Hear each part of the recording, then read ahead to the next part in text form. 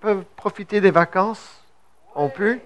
Oui, deux, profiter des vacances. Il y en a 3, OK, 3 ou 4, c'est bon. Il y en a qui ne prennent pas de vacances, mais je suis certain que c'est biblique qu'il faut en prendre. Alors, moi, j'y crois que c'est important de prendre un sabbat et régulièrement de prendre du temps pour laisser Dieu travailler en nous, parce que Dieu désire que l'on ne soit pas épuisé à tout moment. Il y en a qui se sentent épuisés de temps en temps. Moi, je le suis de temps en temps, mais à cause de l'été et le beau temps que nous avons ici, je me sens refortifié. Maintenant, j'aimerais parler des bateaux. Yann, je sais que tu connais les bateaux. Un tout petit peu pour Yann. Peut-être qu'il y en a d'autres. Est-ce que vous connaissez les bateaux? Est-ce que nous avons des marins ici? Pas Martin, j'ai dit des marins. Non, ok, d'accord. Alors, quand j'étais à une conférence au camp Lac-Lachigan cette semaine, et là, au bout du quai, il y a un bateau.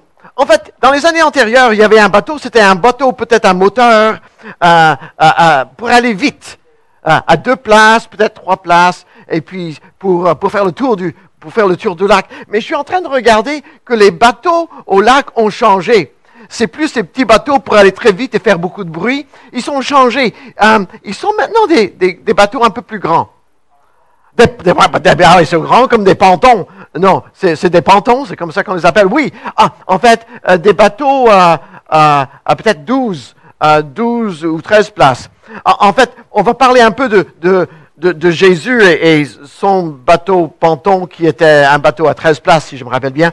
Et les bateaux permettent de voyager, permettent de prendre un peu de recul, un peu de vacances, mais aussi, ça nous sort de l'ordinaire. Quand on n'est plus sur terre, on est sur quelque chose qui peut-être peut bouger un peu, et ceux qui ont fait un peu de bateau, ils savent que l'eau n'est pas toujours prévisible. L'eau peut changer, pas seulement l'eau où le bateau se trouve, mais parfois l'eau qui tombe du ciel. Alors, ce matin, nous allons utiliser des illustrations basées sur des bateaux pour nous savoir où nous sommes placés. Alors, le titre, nous sommes tous dans le même bateau. Et pour ceux, ils se regardent autour d'eux et on peut se demander si on sait bien nager ou si le bateau est en bonne condition ou si celui qui pilote le bateau sait ce qu'il fait. Et toutes ces différentes choses sont si importantes, mais j'y crois que nous sommes tous dans le même bateau. Si vous avez vos Bibles, on va regarder dans le 14e chapitre de Matthieu. Alors, je vous prépare à l'avance, on ne va pas le lire encore, mais je vous prépare un peu à l'avance que vous soyez prêts avec ce 14e chapitre de l'évangile de Matthieu. Parce que Jésus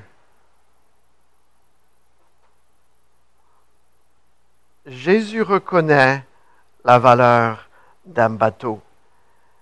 Bien sûr, ses disciples avaient une vie avant qu'ils deviennent ses disciples, et c'était d'être des pêcheurs. Alors, ils avaient des bateaux, ils avaient des filets, ils entraient, ils nettoyaient, il fallait réparer et toutes ces choses-là. Mais ici, à travers le passage que nous allons lire, nous allons extrapoler plusieurs différents points. Peut-être on pourrait lire maintenant ce passage, Matthieu chapitre 14. On va commencer au 22e verset. Je vais faire référence à plusieurs fois à travers le message. Matthieu chapitre 14. Et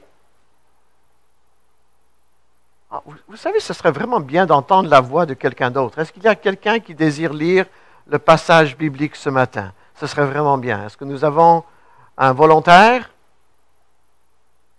Merci, James. Aussitôt, il obligerait les disciples à monter dans la barque et à passer avant lui de l'autre côté pendant qu'il renverrait la foule. Quand il eut renversé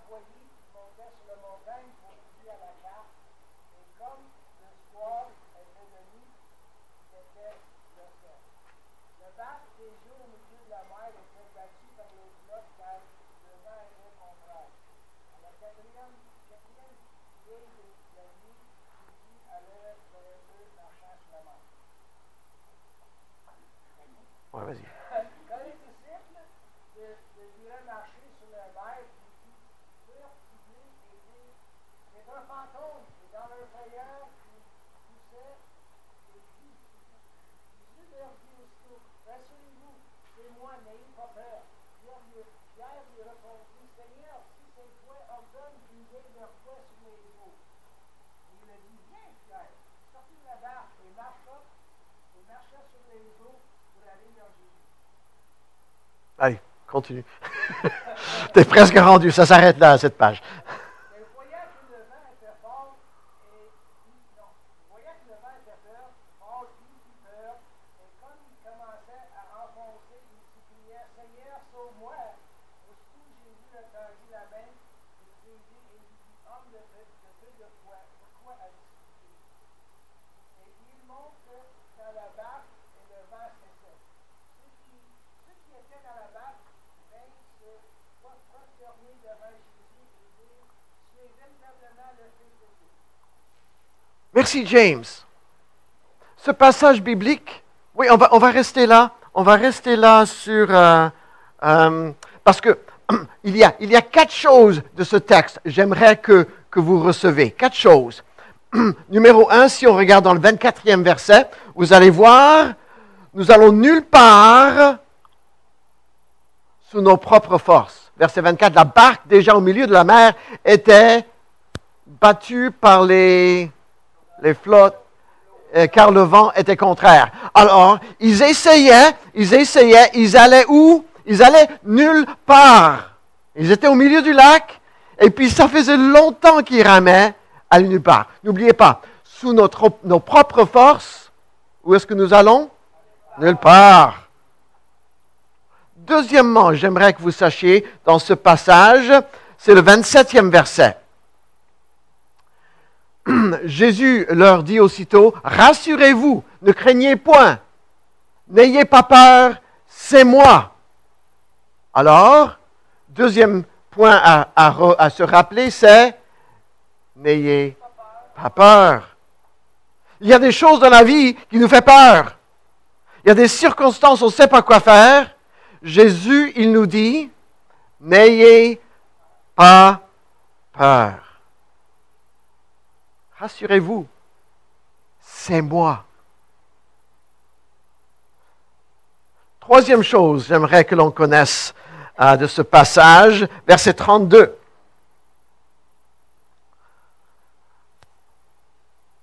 Qu'est-ce qui se passe quand Jésus monte dans le bateau? Le vent cesse. La tempête s'arrête. C'est calme. Alors, n'oubliez pas, la troisième chose, quand Jésus est dans le bateau, la tempête cesse. On est tous dans le même bateau. Parfois, on a des peurs. Parfois, on essaye de faire à notre propre force. Mais toutes les tempêtes et tout ce qui peut arriver, qui peut causer du danger, quand Jésus est avec nous dans le bateau, c'est calme. Le 4e point, ça tombe à être dans le 33e verset. La réalisation des disciples, ceux qui étaient dans le bateau, qu'est-ce qu'ils disent? Tu es véritablement le Fils de Dieu. Dites-le avec moi. Tu es véritablement le Fils de Dieu. Parce que cette réalisation s'est venue aux disciples et l'ont affirmé là. Véritablement. Maintenant, ça c'est eux qui l'ont écouté, qui ont vu ces miracles, qui ont pu être dans le bateau, qui l'ont vu marcher sur l'eau et ils affirment véritablement, tu es le Fils de Dieu. Il y en a partout dans le monde qui disent, ouais, c'est une belle histoire. Nous le savons, les disciples le savaient, que véritablement, Jésus est le Fils de Dieu. 4 choses. 4 choses à se rappeler. Parce que vous voyez, souvent, on pense que c'est impossible. Je me rappelle, je pense que c'est Napoléon qui disait, le mot impossible n'est pas dans le dictionnaire français. Rien n'est impossible. Alors, il y a des choses que l'on ne comprend pas. Il y a des choses qui sont hors de nos forces. Il y a des choses qui nous causent la peur, mais une petite vidéo. Rien n'est impossible.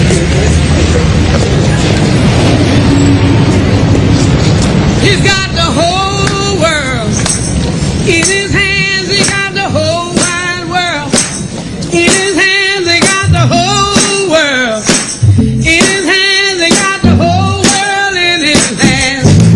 He got you and me, sister, in his hands. He got you and me, brother, in his hands. He got you and me, sister, in his hands. He got the whole world in his hands. Everybody clap, come on. He got the little bitty baby in his hands. He got the little bitty baby in his hands. He got the little bitty baby in his hands. He got the whole world in his hands. Sing!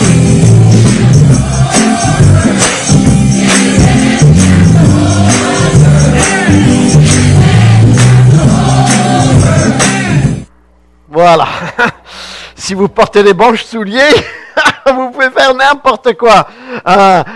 Rien n'est impossible, n'est-ce pas? Nous savons que quand nous mettons nos pieds avec les pieds de Jésus, tout est bon. Rien n'est impossible. Mais ici, dans ce passage que nous avons lu, souvent, on a la tendance de lire le passage d'une façon, et j'aimerais que vous considérez ce passage d'une façon un peu contraire. Souvent, on dit « Wow, c'était incroyable! Pierre est sauté du bateau et est marché sur la mer. » Avec Jésus. Jésus l'a fait et Pierre l'a fait aussi.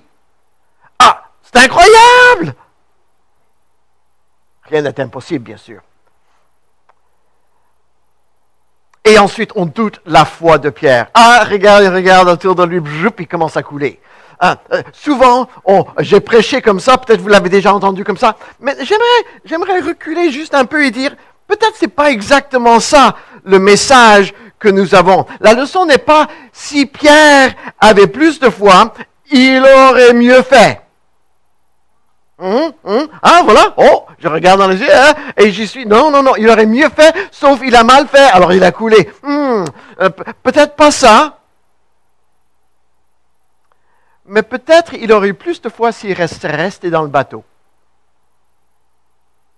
Regardez le 27e verset. Quand Jésus s'identifie au milieu de la tempête, il y en a seulement un qui a dit attends, on pense que tu es un fantôme, on ne sait pas qui tu es, tu dis que tu es Jésus, qu'est-ce qu'il dit? Verset.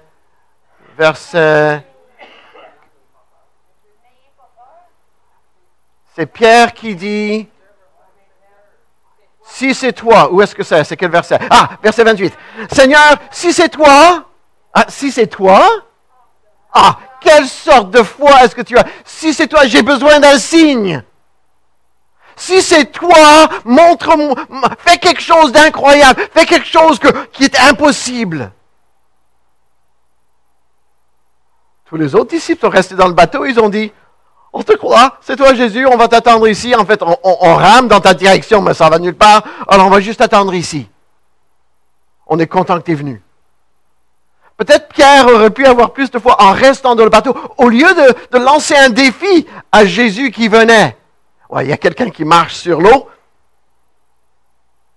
Je vais checker avant. Ouais, d'accord, débarque. Viens dans l'eau.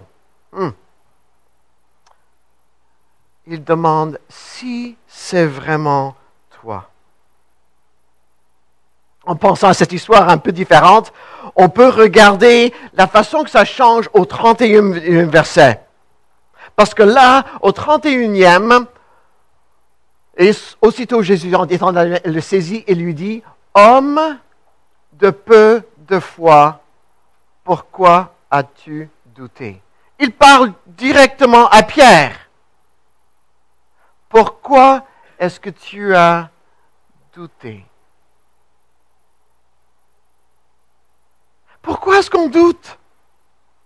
Pourquoi est-ce qu'on lance des défis à Dieu ou à Jésus? Pourquoi est-ce qu'on n'a pas confiance quand il dit « c'est lui » de ne pas plonger dans d'autres dangers, mais de croire que c'est lui.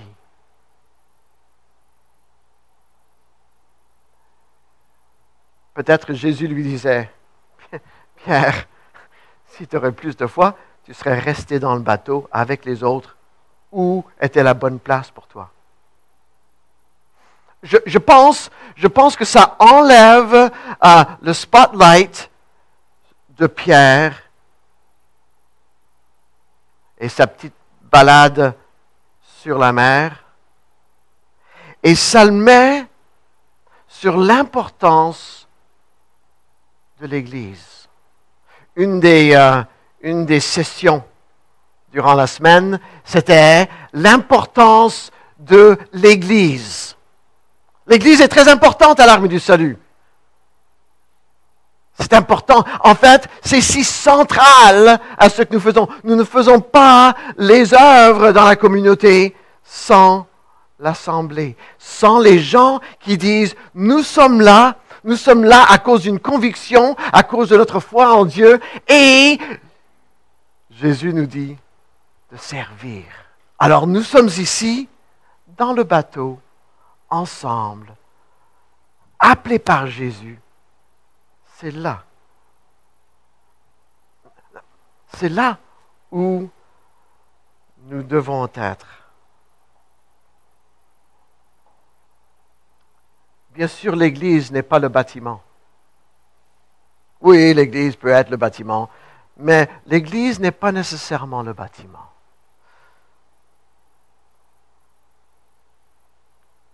Quand nous acceptons Jésus et la relation avec lui, partout où nous allons, nous sommes l'Église. Partout où nous allons, Jésus vient avec nous.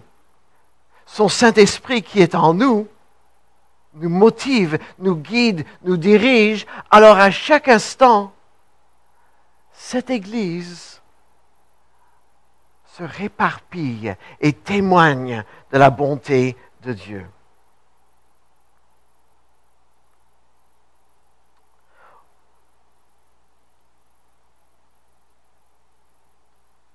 Nous avons besoin les uns les autres. Nous avons besoin de considérer le mieux, le meilleur des autres. Je pense qu'avec chaque année qui passe dans ma vie, je réalise de plus en plus l'importance de cette foi les uns les autres. À travers la Bible, nous voyons que Dieu désire que nous soyons unis. La Bible désire que nous soyons en communauté. La Bible désire qu'on s'encourage les uns les autres. La Bible est très claire que Jésus est le plan de salut de Dieu pour sauver le monde entier. Une énorme communauté. Et nous savons maintenant, dans notre société, avec les technologies et tout ça, la communauté est si proche. On parle de Charlottesville et les tragédies qui se font là avec ceux qui proclament une suprémité de race et la violence qui sort là.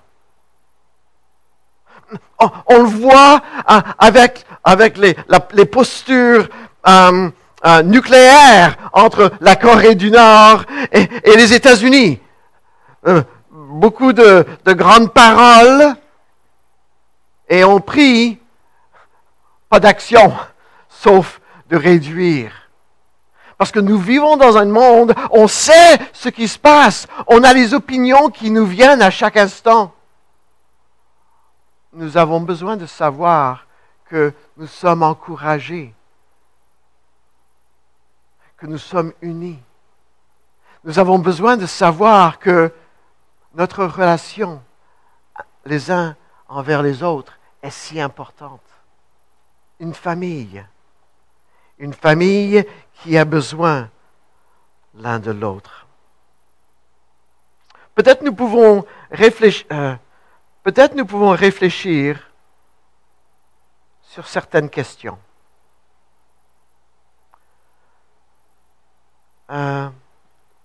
Réflexion pertinente. Ce sont des questions à y réfléchir pour vous ce matin. Mes pratiques spirituelles m'amènent-elles vers une expérience authentique avec Dieu? Nos pratiques spirituelles, la prière, la lecture biblique, la louange, le rassemblement.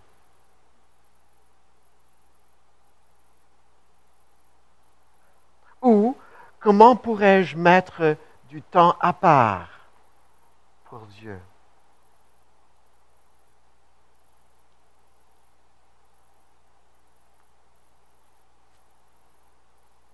Des questions pertinentes pour nous, pour vous ce matin. Que puis-je faire pour l'avancement de mon Église locale?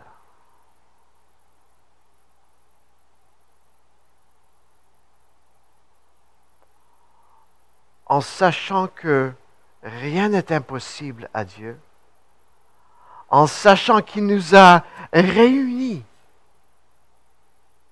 pour sa gloire, ces questions pertinentes. Page 2.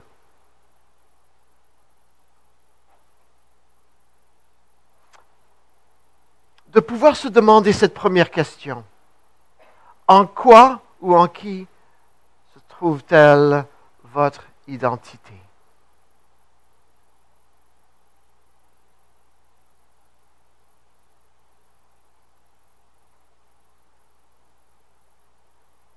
Êtes-vous fatigué dans votre marche chrétienne?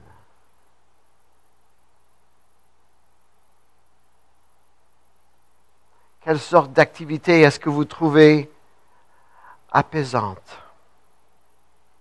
Vous voyez, parfois dans le bateau, c'est pas facile.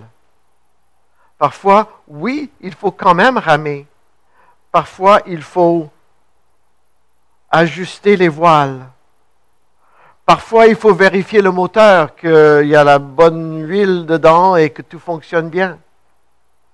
Quand nous sommes tous dans le même bateau, nous avons des personnalités différentes. Nous avons certaines directions différentes.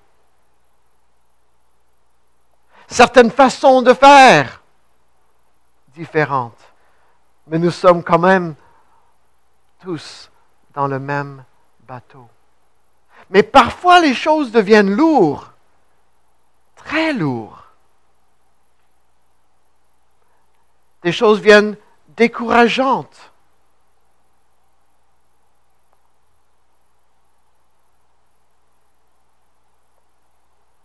Et on devient épuisé.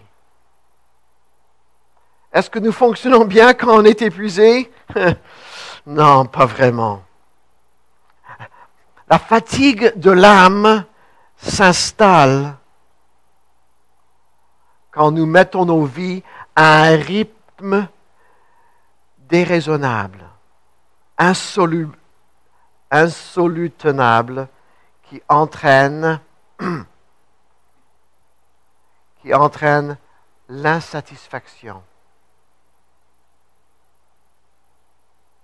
Est-ce qu'il y en a parmi nous ce matin qui ressentent cette insatisfaction, que Dieu ne répond pas à vos besoins, que Dieu ne répond pas à vos prières?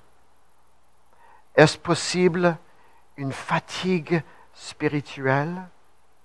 Est-ce que vous essayez de ramer avec toutes vos forces et vous allez nulle part? Cette fatigue spirituelle affecte aussi notre anxiété, notre peur.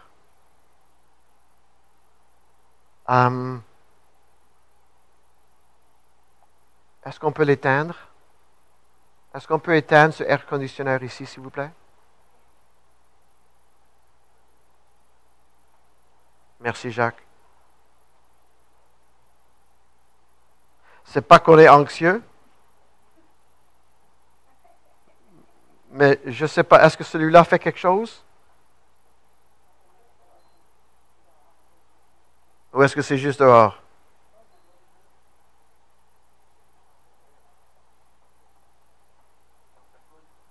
Ouais, alors, si tu peux l'éteindre, ce serait bon.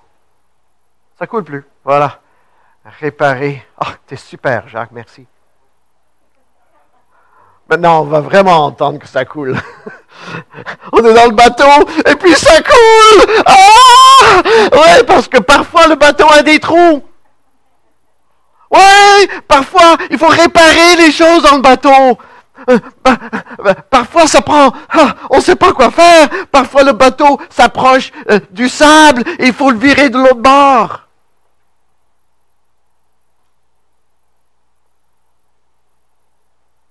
Mais on est tous dans le même bateau. Dans ce bateau de la vie. Trouvons notre espoir. Trouvons notre paix. Trouvons notre assurance en Jésus-Christ. Sachant qu'il est dans le bateau avec nous.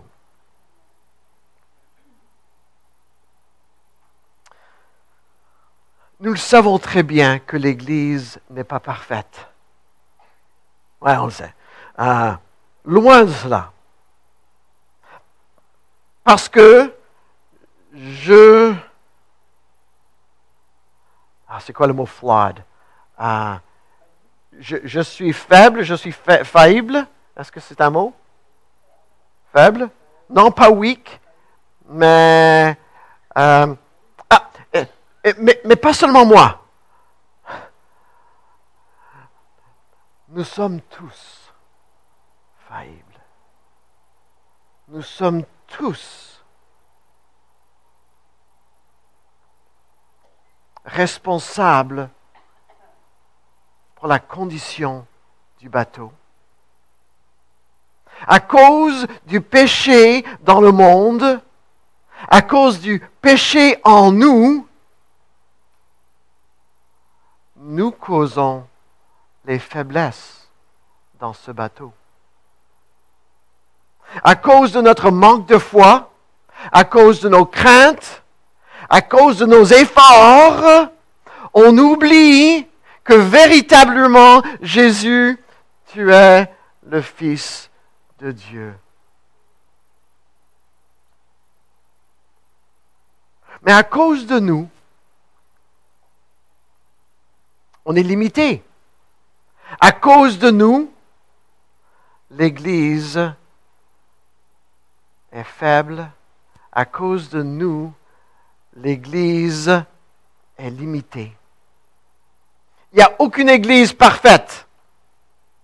Aucune. C'est ça que j'ai entendu dire. Je ne vais pas aller les visiter, mais aucune. Il y en a qui disent, l'Église où je suis, elle n'est pas aussi bonne qu'elle devrait être. Je vais voir l'autre Église. Ah oui, celle-là, elle est vraiment bonne. Non, ok.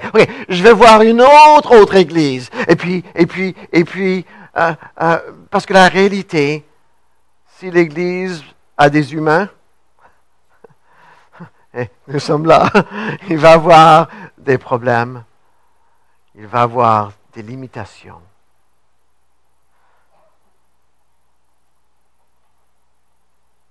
Et en cherchant quelque part d'autre, nous allons nous trouver à chaque place.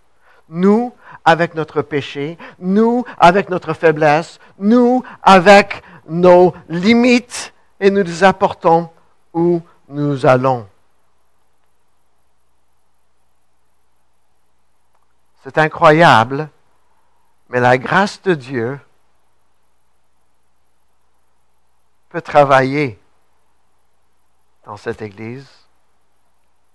La grâce de Dieu est capable à nous unir. La grâce de Dieu est capable à nous diriger. La grâce de Dieu est capable à nous pardonner et de nous avancer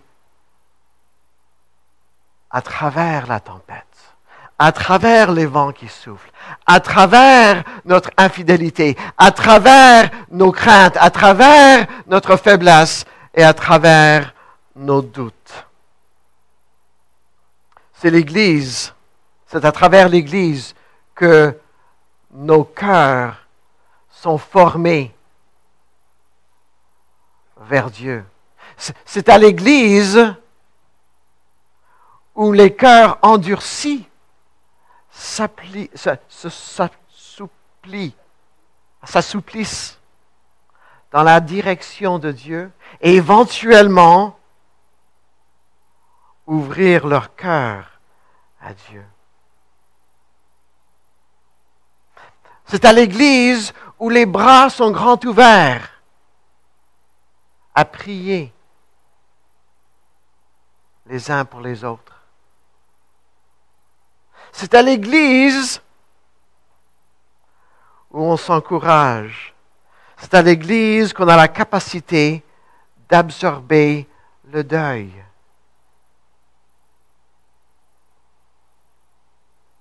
Tout ça se passe à l'Église, dans le bateau, ensemble,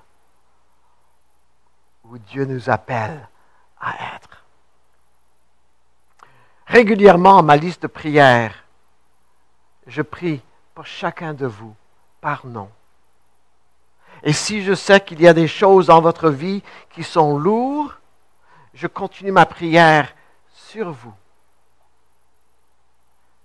en sachant que Dieu intervient quand nous prions. Mais c'est remarquable de voir la liste de noms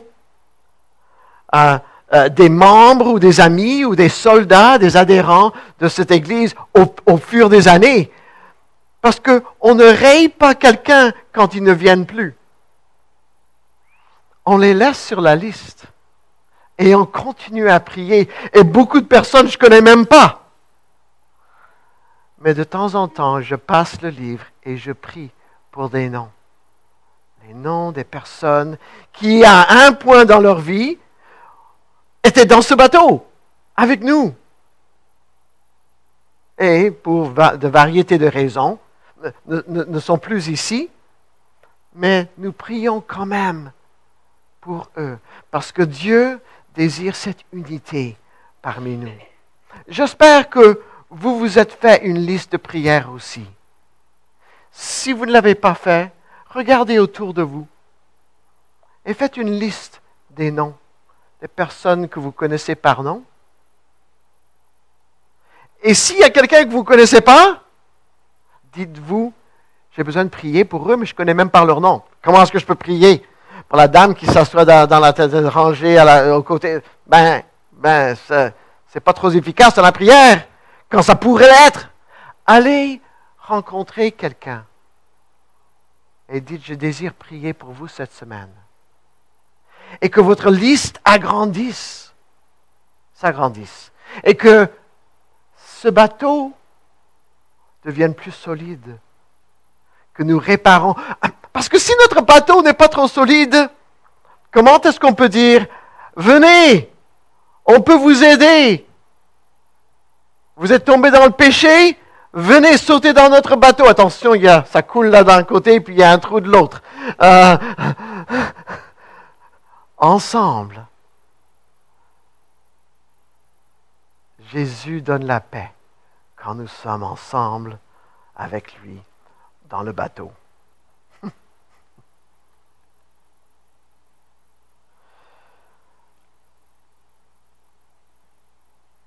Alors,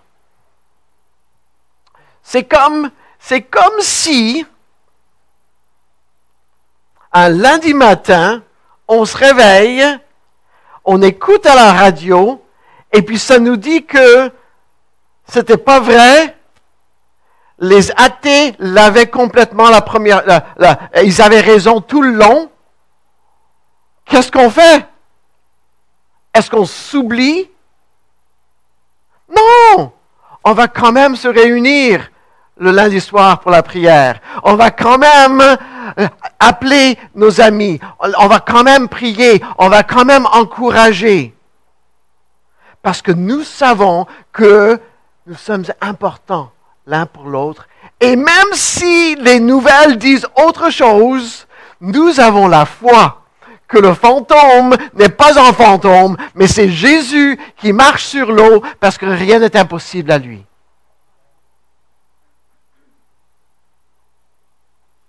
Le bateau peut être vieux. En fait, on pourrait considérer ce bateau à presque 2000 ans. Ce bateau a dû changer au fur des années. La façon qu'on chante les chants, certainement, ça a changé. Les traductions bibliques que nous utilisons ont changé du bateau qu'il y a 2000 ans. Mais ça, c'est l'avenue que Jésus a mis en place. Il a mis l'Église en place pour accomplir son plan. Il a mis l'Église en place il y a 2000 ans. Et incroyable, l'Église est plus grande qu'elle a jamais été autour du monde. Les gens qui viennent découvrir la vérité en Jésus-Christ. Il y a eu un moment durant notre conférence où on demandait les joies. Et plusieurs personnes ont pu témoigner des joies qu'ils ont vues dans leur vie. Et moi, j'ai dit, j'ai eu l'occasion de rencontrer quelqu'un qui désirait connaître Jésus comme son sauveur.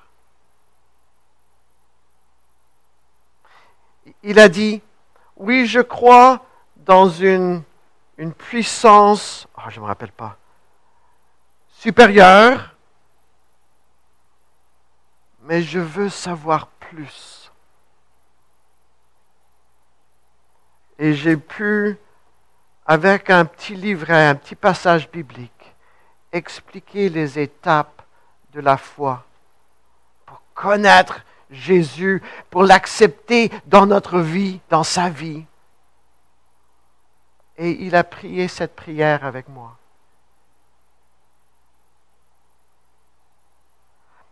On est ici pourquoi? Pourquoi est-ce qu'on est là? Pourquoi est-ce qu'on est dans le bateau? Pour partager la parole, l'armée du salut. Ma première responsabilité, c'est de sauver les âmes. Pas que c'est moi qui les sauve, mais de sauver les âmes.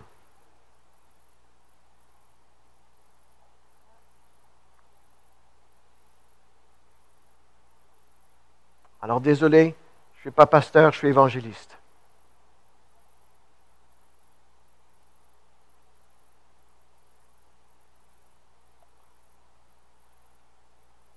On est dans le bateau.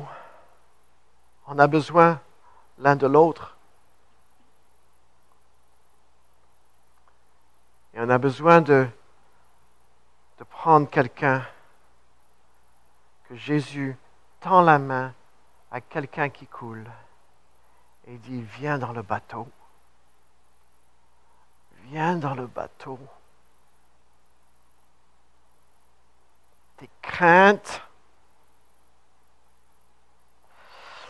l'angoisse, l'anxiété, toujours essayer à tes propres efforts.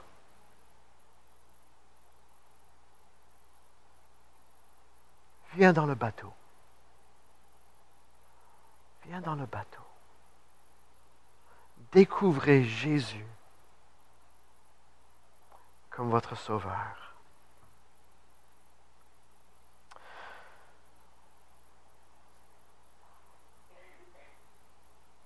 Vous voyez, Dieu a utilisé le plan de salut. Il l'illustre avec ce petit passage dans ce 14e chapitre de Matthieu. Avec Jésus dans le bateau, la tempête se calme. Il est le sauveur. Jésus sauve moi et sauve vous et la communauté tout autour de nous. Il est capable. He's got the whole world. Je ne sais pas le chant. Il tient le monde dans... Hey, ouais! Ça, c'est le Jésus que je connais.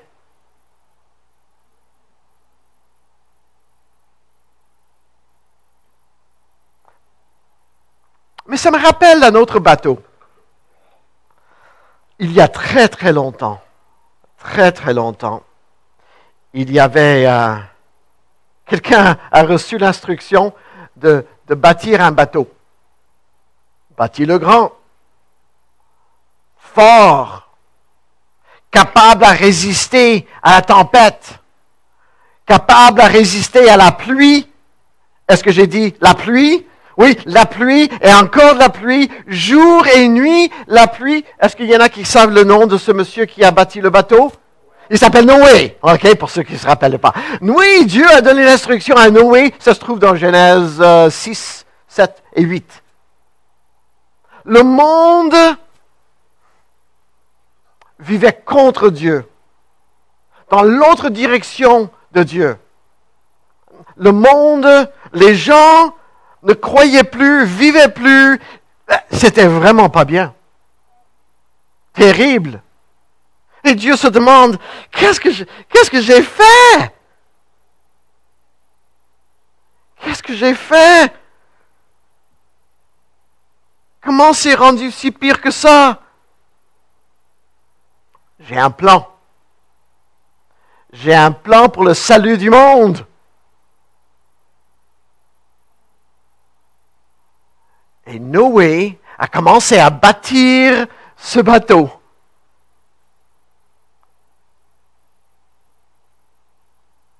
Bâtir, je ne sais pas combien de temps que ça lui a pris, des années certainement. Bâti. Mais pourquoi un bateau si grand que ça? On est loin de la mer. Pourquoi bâtir? Il n'y a rien. Dieu lui a parlé et par la foi, il a répondu à Dieu avec sa fidélité. Ah, les autres, ils me taquinent, ça ne me tente plus, c'est dur. Pourquoi est-ce que j'ai besoin d'un bateau? Il a bâti un bateau pour le salut du monde. Pour le salut de nous, les humains, pour le salut de toute création. Dieu y croit à ça. Dieu y croit dans le salut. Est-ce que nous y croyons? Hein? Est-ce que nous y croyons assez pour bâtir un grand bateau? Oui. Regardez le grand bateau que nous avons ici. Il y a de la place pour d'autres. Dieu ne nous a pas apportés ici pour abandonner. Dieu nous a apportés ici pour être certain que le bateau est solide, puisse résister aux tempêtes pour le salut du monde. Embarquez dans le bateau. Hébreux chapitre 11, verset 7.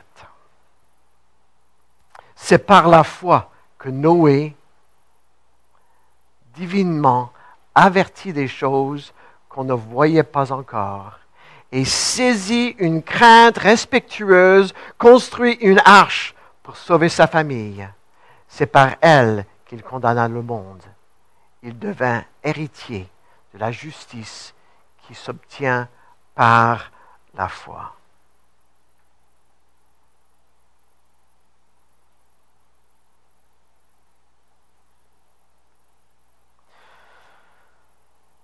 Quand le péché était partout, Dieu a utilisé un bateau pour sauver l'humanité et le royaume des animaux. Ça nous rappelle de l'amour de Dieu et son désir de nous sauver. Parce qu'il nous aime. suite à sa résurrection et son ascension au ciel, Jésus arrive et les anges le voient et disent « Hey, t'es déjà là? Ton plan est accompli? » « Oui, oui, mon plan est accompli. » Ils disent « C'était quoi ton plan? Regarde, tu vois les 12 là? Ça, c'est ton plan? Ces 12-là, je pense qu'il y en a un qui collecte des taxes, il y en a d'autres qui étaient des pêcheurs. Ça, c'est ton plan? Oui. Plan A. Alors, s'ils échouent, qu'est-ce que tu vas faire? Il n'y a pas d'autre plan. Il n'y a pas un deuxième plan pour sauver le monde.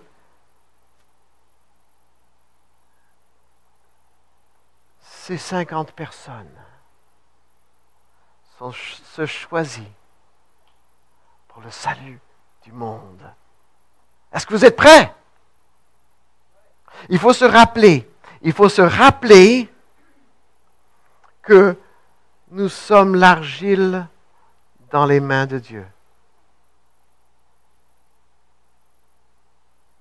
Bien sûr, l'argile résiste. Non, pas comme ça, pas comme ça. Ou l'argile refuse, ça reste un petit bloc. Ou nous réalisons que nous sommes son chef-d'œuvre.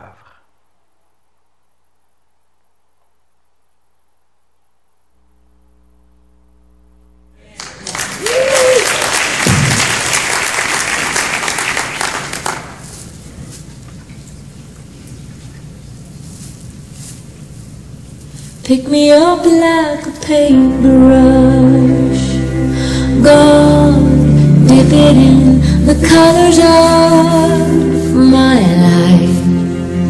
Paint your picture, Father, fashion a heart that is wholly yours. And take your fingers, God, Master Potter, come on the clay. Tell your story as you mold me, fashion a heart that is wholly yours. And write your name in the clay. Écris ton nom dans l'argile. And sign your name Écris ton nom. on the picture.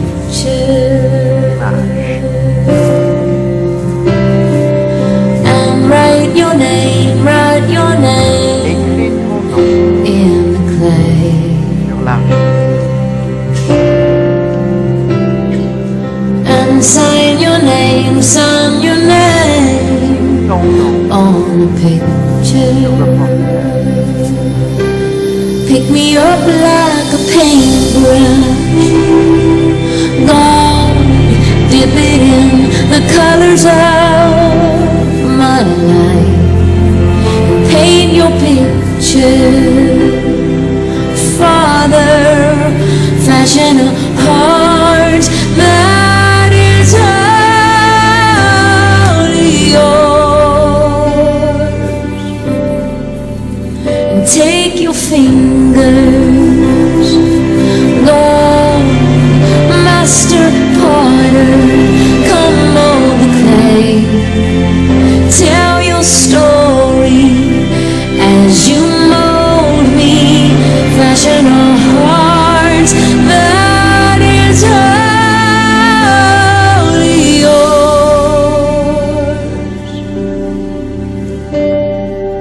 And write your name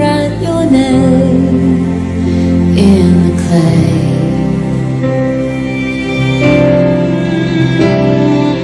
And sign your name on the picture.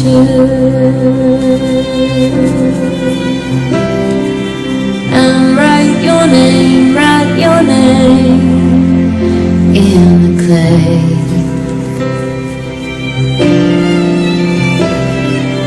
And sign your name on the picture. Take all I am, take all I am. I am yours forever, forever. Take all I am, take all I am, and I am yours forever and ever. Take all I am, take all I am, for I am yours forever and ever. Take all I am, take all I am, for I am yours forever. So come, write your name in the clay.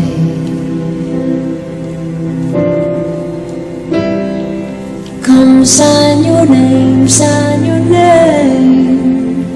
on the picture. Come, write your name in the clay.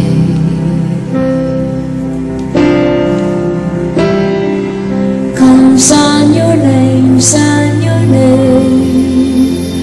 on the picture.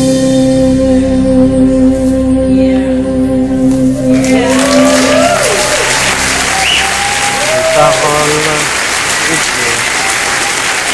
Tu es mon sauveur. Et ça, c'est la vérité pour chacun de nous. Dieu nous a créés. Dieu nous apporte au bateau et nous tient dans la paume de sa main.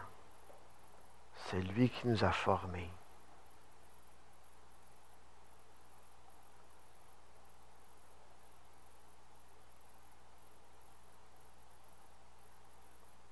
Prions.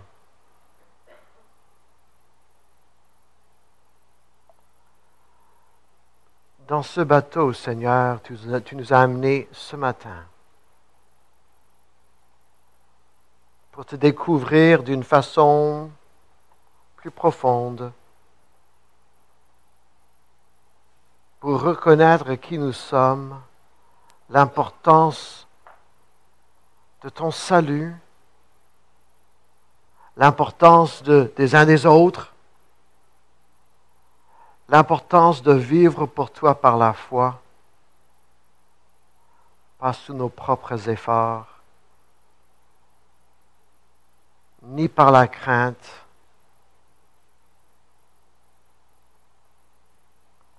mais en toi, parce que tu es le Fils de Dieu, venu nous sauver, venu nous délivrer, nous fortifier, nous encourager, nous motiver. Je prie pour chaque individu ici ce matin. Il y en a qui te connaissent depuis longtemps et sont fatigués.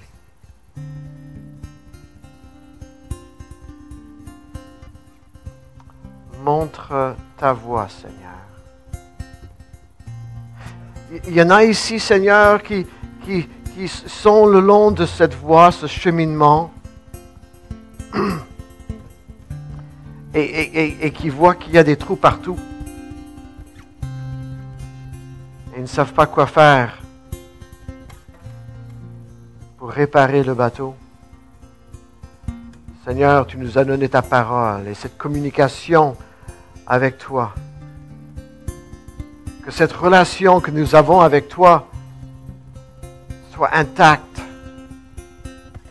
Parce que tu es véritablement le Fils de Dieu, venu nous sauver.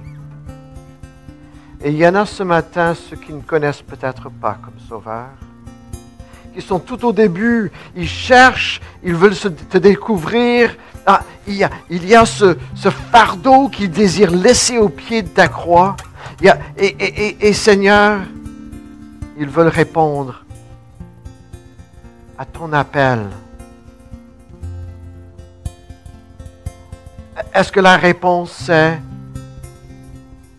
oui, prends tout, Seigneur. J'abandonne tout à toi. Seigneur, que cette prière qui nous affecte chacun nous rappelle pourquoi nous sommes ici ce matin. Je prie pour ces moments que nous avons maintenant, ces moments de réflexion, et je prie que tu continues à parler à nos cœurs, là où nous devons t'entendre.